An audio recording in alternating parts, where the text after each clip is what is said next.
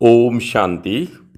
आज 11 मई 2026 के सोमवार के प्रातः मीठी मीठी मधुवन मुरली के बाप दादा के मधुर ईश्वरीय महावाक्य सुनते हैं।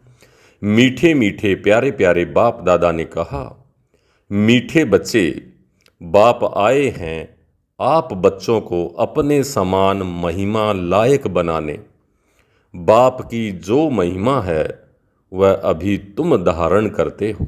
मीठे बच्चे, बाबा आए हैं आप बच्चों को अपने समान महिमा लायक बनाने। बाप की जो महिमा है वह अभी तुम धारण करते हो। प्रश्न है, भक्ति मार्ग में परमात्मा मासूक को पूरा न जानते हुए भी कौन से शब्द बहुत प्यार से बोलते और याद करते हैं? भक्ति मार्ग में परमात्मा मासूक को पूरा न जानते हुए भी कौन से शब्द बहुत प्यार से बोलते और याद करते हैं? उत्तर है, बहुत प्यार से कहते और याद करते हैं, हे मासूक, तुम जब आएंगे तो हम सिर्फ आपको ही याद करेंगे और सबसे बुद्धि योग तोड़ आपके साथ जोड़ेंगे। अब बाप कहते हैं, बच्चे, मैं आया हुआ हूँ तो देही अभिमानी बनो। तुम्हारा पहला फर्ज है प्यार से बाप को याद करना। ओम शांति। मीठे मीठे जीव की आत्माओं को परम पिता परमात्मा, जिसने अब शरीर का लोन लिया है, बैठ समझाते हैं कि मैं साधारण बूढ़े तन में आता हूँ, आकर बहुत बच्चों को पढ़ाता हूँ। ब्रह्मा मुख वंशावली ब्राह्मण बच्चों को ही समझाएंगे ना? जरूर मुख द्वारा ही समझाएंगे, और किस को समझाएंगे? कहते हैं, बच्चे, तुम मुझे भक्ति मार्ग में बुलाते आए हो। हे पतित पावन, भारत खास और दुनिया में आम सब बुलाते हैं। भारत ही पावन था, बाकी सब शांति धाम में थे। बच्चों को यह स्मृति में रखना चाहिए कि सतयुग त्रेता किसको कहा जाता है, द्वापर कलयुग किसको कहा जाता है, उनमें कौन कौन राज्य करते थे। तुम्हारी बुद्धि में पूरी नॉलेज है। जैसे बाप को रचना के आदि मध्य अंत का ज्ञान है, वैसे तुम्हारी बुद्धि में भी है। बाप जो ज्ञान देते हैं वह बच्चों में भी जरूर होना चाहिए। बाप आकर बच्चों को आप समान बनाते हैं। जितनी बाप की महिमा है उतनी बच्चों की है। बाप ने बच्चों को जास्ती महिमावान बनाया है। हमेशा समझो कि शिव बाबा इन द्वारा सिखाते हैं। आत्मा ही एक दो से बात करती है, परंतु मनुष्य देह अभिमानी होने के कारण समझते हैं कि फलाना पढ़ाता है। वास्तव में करती सब कुछ आत्मा है। आत्मा ही पार्ट बजाती है। देही अभिमानी बनना है, घड़ी घड़ी अपने को आत्मा समझना है। जब तक अपने को आत्मा नहीं समझेंगे तो बाप को भी याद नहीं कर सकेंगे। भूल जाते हैं। तुमसे पूछा जाता है, तुम किसके बच्चे हो? तो कहते हो, हम शिव बाबा के बच्चे हैं। विजिटर बुक में भी लिखा हुआ है। तुम्हारा बाप कौन है? तो झट देह के बाप का नाम बताएंगे। अच्छा, अब देही के बाप का नाम बताओ। तो कोई श्री कृष्ण का, कोई हनुमान का नाम लिखेंगे, या तो लिखेंगे हम नहीं जानते हैं। अरे, तुम लौकिक बाप को जानते हो और पारलौकिक बाप को, जिनको तुम हमेशा दुख में याद करते आए हो, उनको नहीं जानते हो। कहते भी हैं, हे भगवान रहम करो, हे भगवान एक बच्चा दो, मांगते हो ना? तो अब बाप बिल्कुल सहज बात बताते हैं, तुम देह अभिमान में बहुत रहते हो, इसलिए बाप के वर्षे का नशा नहीं चढ़ता है। तुमको तो बहुत नशा चढ़ना चाहिए। भक्ति करते ही हैं भगवान से मिलने के लिए। यज्ञ तप दान पुण्य आदि करना, यह सब भक्ति है। सब एक भगवान को याद करते हैं। बाप कहते हैं, मैं तुम्हारा पतियों का भी पति हूँ, बापों का भी बाप हूँ। सब बाप भगवान को याद जरूर करते हैं। आत्माएं ही याद करती हैं। बल कहते भी हैं ब्रैकुटी के बीच में चमकता है अजब सितारा, परंतु यह बिगर समझ के ऐसे ही कह देते हैं, रहस्य का कुछ भी पता नहीं। तुम आत्मा को ही नहीं जानते हो तो आत्माओं के बाप को कैसे जान सकेंगे। दीदार तो होता है भक्ति मार्ग वाला। भक्ति मार्ग में पूजा के लिए बड़ा बड़ा शिवलिंग रख देते हैं, क्योंकि अगर बिंदी को रूप दिखाएं तो कोई समझ ना सके। तो ये है महीन बात। परमात्मा जिसको अखंड ज्योति स्वरूप कहते हैं, मनुष्य कहते हैं उनका कोई बहुत बड़ा रूप है। ब्रह्म समाजी मठ वाले ज्योति को परमात्मा कहते हैं। दुनिया में यह किसी को पता नहीं है कि परम पिता परमात्मा बिंदी है। तो मुझ पड़े हैं। बच्चे भी कहते हैं बाबा किसको याद करें, हमने तो सुना था यह बड़ा लिंग है, उनको याद किया जाता है, अब बिंदी को कैसे याद करें। अरे तुम आत्मा भी तो बिंदी हो, तो बाप भी बिंदी है।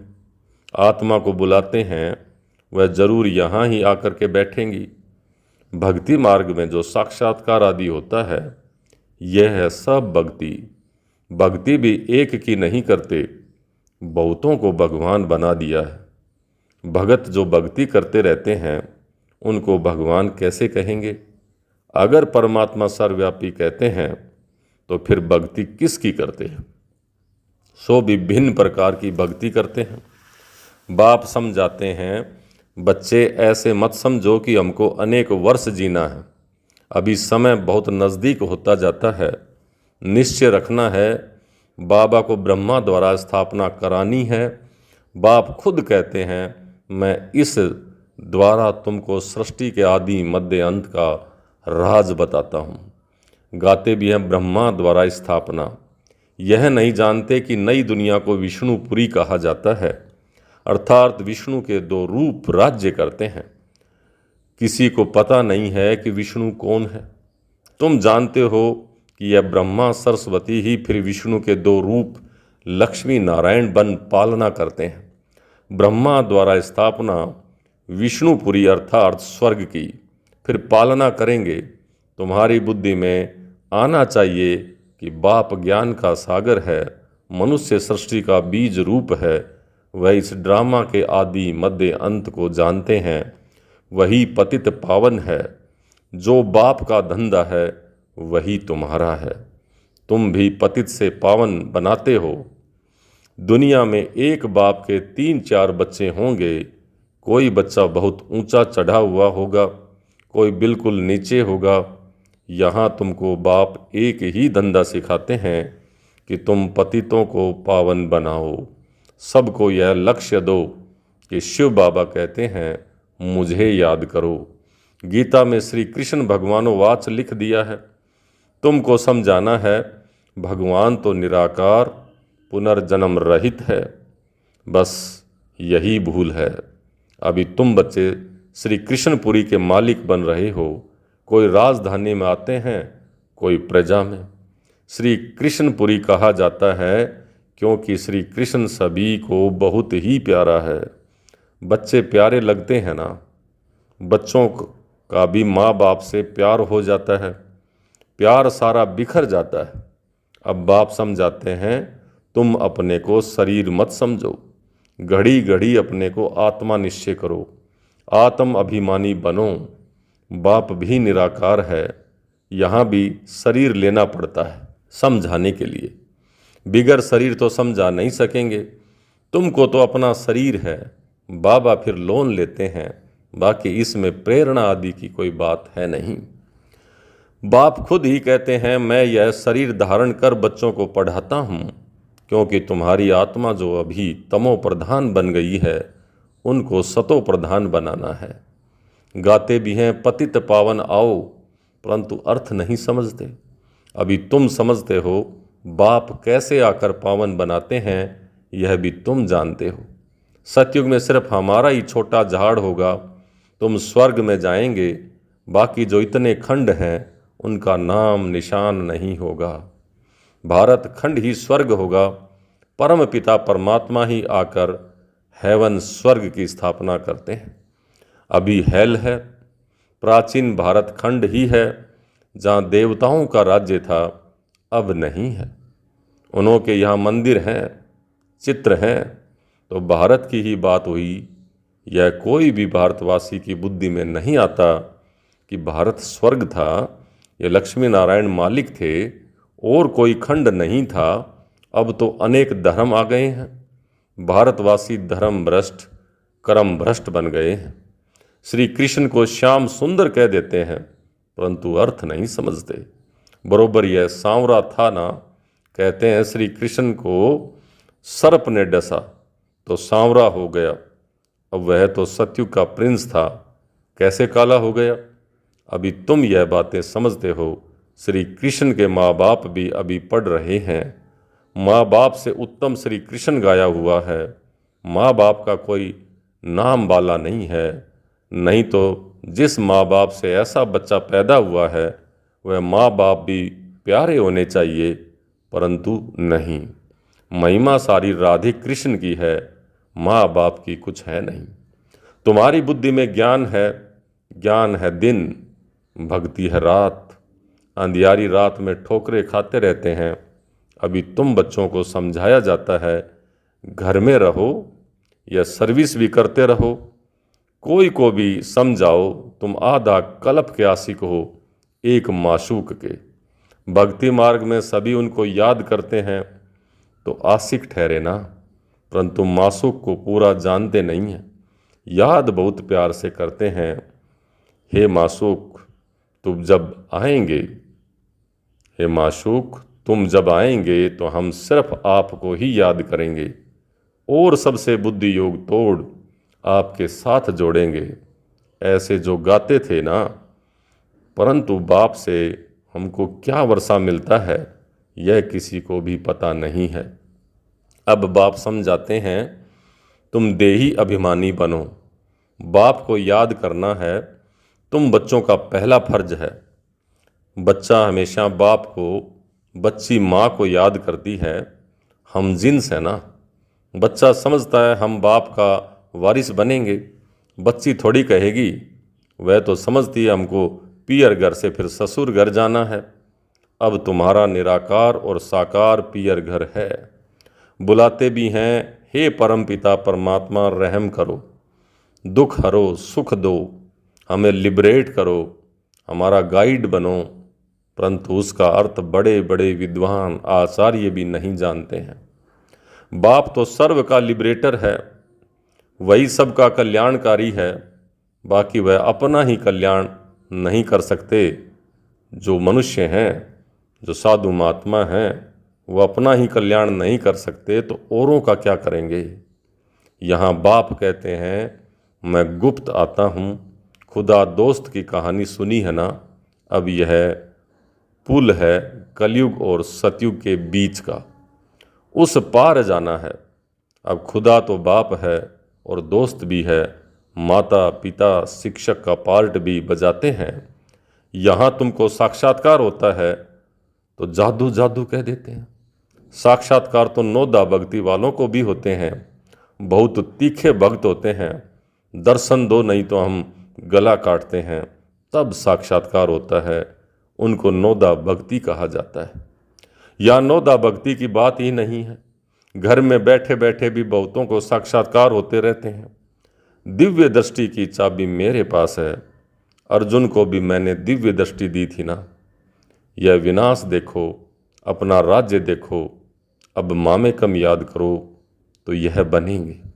अभी तुम समझते हो विष्णु कौन है, मंदिर बनाने वाले खुद नहीं जानते। विष्णु द्वारा पालना, चार भुजा का अर्थ ही है दो भुजा मेल की, दो भुजा फीमेल की, यानी विष्णु के दो रूप लक्ष्मी और नारायण हैं। परंतु कुछ भी मनुष्य समझते नहीं हैं। किसी को भी ज्ञान नहीं है, न शिव बाबा का और न विष्णु का। पहले पहले बाबा का आकर्षण था, बहुत आते थे, शुरुआत में सारा आंगन भर जाता था, जज मजिस्ट्रेट सब आते थे।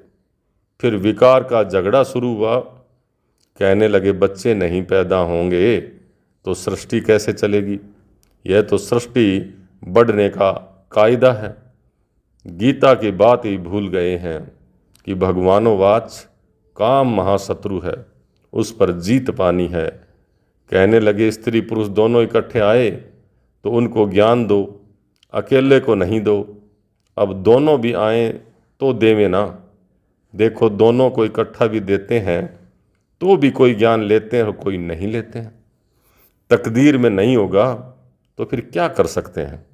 एक हंस एक बगुला बन पड़ते हैं। या तुम ब्राह्मण देवताओं से भी उत्तम हो, जानते हो हम ईश्वरीय संतान हैं, शिव बाबा के बच्चे हैं। वहाँ स्वर्ग में तुमको यह ज्ञान नहीं रहेगा, न जब निराकारी दुनिया मुक्ति धाम में होंगे तब यह ज्ञान वहाँ भी नहीं होगा। यह ज्ञान शरीर के साथ ही खत्म हो जाता है। अभी तुमको ज्ञान है, एक बाबा पढ़ा रहे हैं। अब यह खेल पूरा होता है, सब एक्टर्स हाजिर हैं, बाबा भी आया हुआ है, रही हुई आत्माएं भी आती रहती हैं। जब सब आ जाएंगे तब विनाश होना शुरू होगा। फिर सबको बाप साथ ले जाएंगे। सबको जाना है, इस पतित दुनिया का विनाश होना है जरूर। अच्छा, मीठे मीठे सिक्ल दे बच्चों प्रति माता पिता बाप दादा का याद प्यार और गुड मॉर्निंग। रूहानी बाप की रूहानी बच्चों को नमस्ते। हम रूहानी बच्चों की रूहानी बाप दादा को याद प्यार, गुड मॉर्निंग और नमस्ते। धारणा के लिए मुख्य सार। पहला, पतित से पावन बनाने का धंधा जो बाप का है वही धंधा करना है। सबको लक्ष्य देना है कि बाप को याद करो और पावन बनो। दूसरा, यह ब्राह्मण जीवन देवताओं से भी उत्तम जीवन है। इस नशे में रहना है। बुद्धि का योग और सबसे तोड़ एक मासूक को याद करना है। आज का वरदान, त्याग और स्नेह की शक्ति द्वारा सेवा में सफलता प्राप्त करने वाले स्नेही सहयोगी भाव। त्याग और स्नेह की शक्ति द्वारा सेवा में सफलता प्राप्त करने वाले स्नेही सहयोगी भाव। जैसे शुरू में नॉलेज की शक्ति कम थी, लेकिन त्याग और स्नेह के आधार पर सफलता मिली। बुद्धि में दिन रात बाबा और यज्ञ की तरफ लगन रही। जिगर से निकलता था बाबा और यज्ञ। इसी स्नेह ने सभी को सहयोग में लाया। इसी शक्ति से केंद्र बने। साकार स्नेह से ही मन मना भव बने।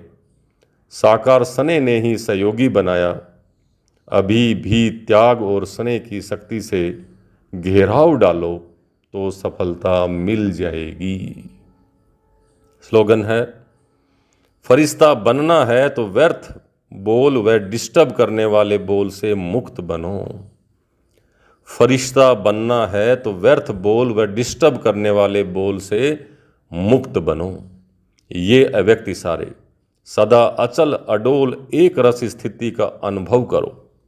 कोई भी बात हो जाए, चाहे प्रकृति की चाहे व्यक्ति की, दोनों अचल स्थिति के आसन को जरा भी हिला न सकें। कोई भी बात हो जाए, चाहे प्रकृति की चाहे व्यक्ति की, दोनों अचल स्थिति के आसन को जरा भी हिला न सकें। इतने पक्के हो ना, जैसे देखो शरीर आसन पर नहीं टिक सकता तो हलचल करेगा ना, ऐसे मन हलचल तो नहीं करता है। सदा अचल अडोल, जरा भी हलचल नहीं हो। अगर कभी हलचल और कभी अचल है तो सिंहासन भी कभी मिलेगा और कभी नहीं मिलेगा।